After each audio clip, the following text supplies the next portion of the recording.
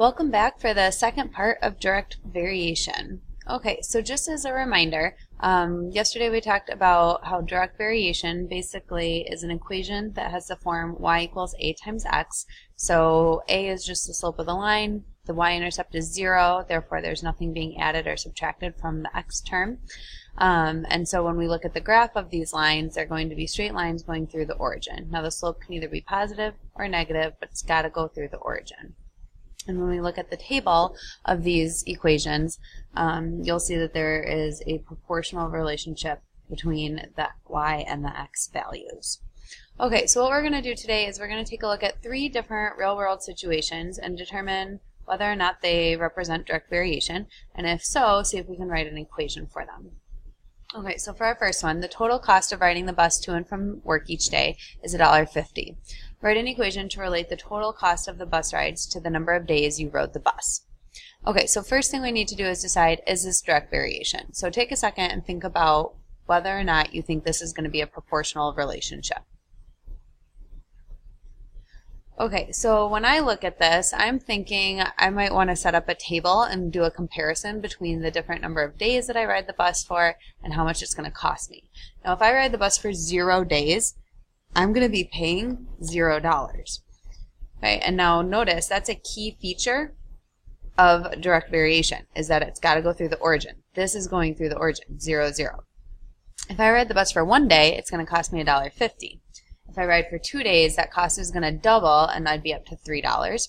If I ride for 3 days, it would be $4.50, and for 4 days, it would be $6. When we look at the relationship, $1.50 divided by 1, that's 1.5 over 1.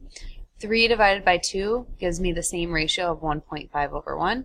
4.5 divided by 3 is also a ratio of 1.5. And 6 divided by 4 also gives me 1.5. So yes, this is direct variation. When I try to write the equation, we want to think about, well, what I have to do to the number of days to get the total cost. And that's going to be multiplying this number of days by $1.50. So we would say that our equation is equal to, or it would look like C equals 1.5 times D. So in this case, our constant of variation is $1.50 or 1.5, right? We're going through the origin. If we made the graph, it would look something like this.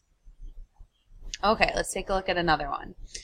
So the amount of money that you raised at a charity fundraiser is directly proportional to the number of attendees. Okay, so in this case, this is called out. It's directly proportional, so they're telling us that. The amount of money raised for 5 attendees was $100. How much money will be raised for 60 attendees? Okay, so when we say attendees, we're just talking number of people. So if 5 people attend, we've got $100. So how much is it then per person? So how much money are they raising for each person? I want you to think about that for a second. Okay, so hopefully you decided $100 divided by 5 people is going to give us a rate of about $20 per person. So if 0 people come, I'm going to have $0 raised, right? So again, there's that key feature that we're seeing it go through the origin. If 1 person comes, we said that'd be $20. If 2 people came, that'd be $40. 3 people would raise $60, 4 people would raise $80, and so on. And so again, let's see if we can write an equation for this. So what do I do to the number of people to get the amount of money? Well, you multiply each time by 20. So this equation is going to look like M, the amount of money, is equal to 20 times the number of people that show up. So if 60 people come, how much money would that be? Well, if I plug in 20 times 60, that's going to give me a total of $1,200. Okay, another way you could have approached this problem is to write an actual proportion. If I put $100 over 5 people, that would be equal to X dollars over 60 people, and you could cross multiply and solve the proportion that way.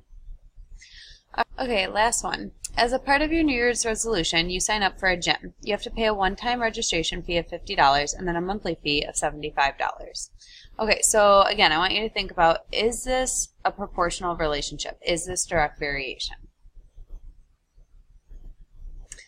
Okay, so the way I would approach this problem is to think about, again, a table and what's going to happen. So if I go to the gym and I'm signing all the paperwork, but I haven't started paying my monthly fee yet. So at 0 months, how much money would it cost me? Well, to register, I've got to pay that $50. So even though I haven't been a member of the gym yet for any number of months, it still costs me $50.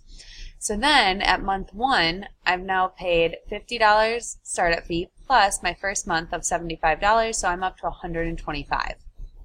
If I looked at 2 months out, so I'm adding on a $75 to this last term, that's going to bring me up to $200.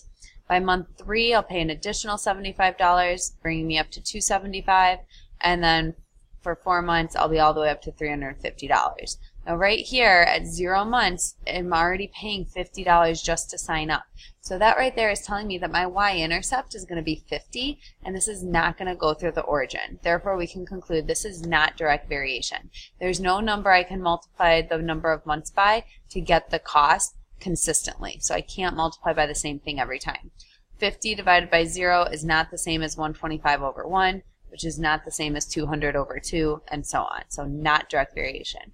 However, you could still write an equation for it.